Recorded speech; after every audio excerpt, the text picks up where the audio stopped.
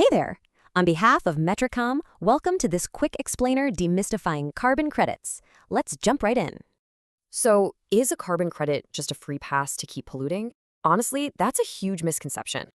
Think of it like spilling water. You gotta fix the leak first, then pay someone to mop it up. Real climate action means reducing your own emissions first, and only using credits for the unavoidable leftovers. Sellers don't just plant trees. They rigorously develop projects, calculate baselines, independently verify impacts, and finally, retire the credits. Additionality just means there's no reward for skipping a slice of cake you were never going to eat anyway. And then there's retirement. That ensures 1 ton of removed carbon is only ever claimed once by one buyer.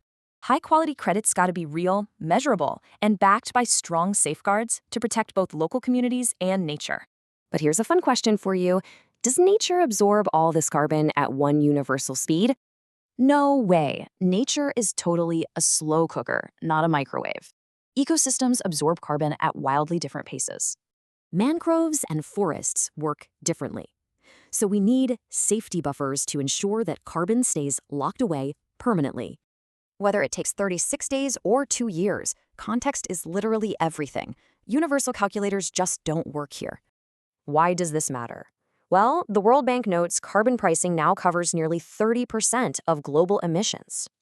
Buyers gotta reduce their footprint first. Buying cheap credits for PR is like putting a Band-Aid on a broken bone.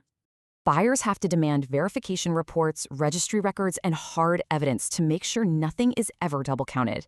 Ultimately, carbon credits aren't magic. They're just a strict financing mechanism designed for real, verifiable climate solutions. So will our future rely on flashy PR claims or solid data and verified impact? The choice is ours.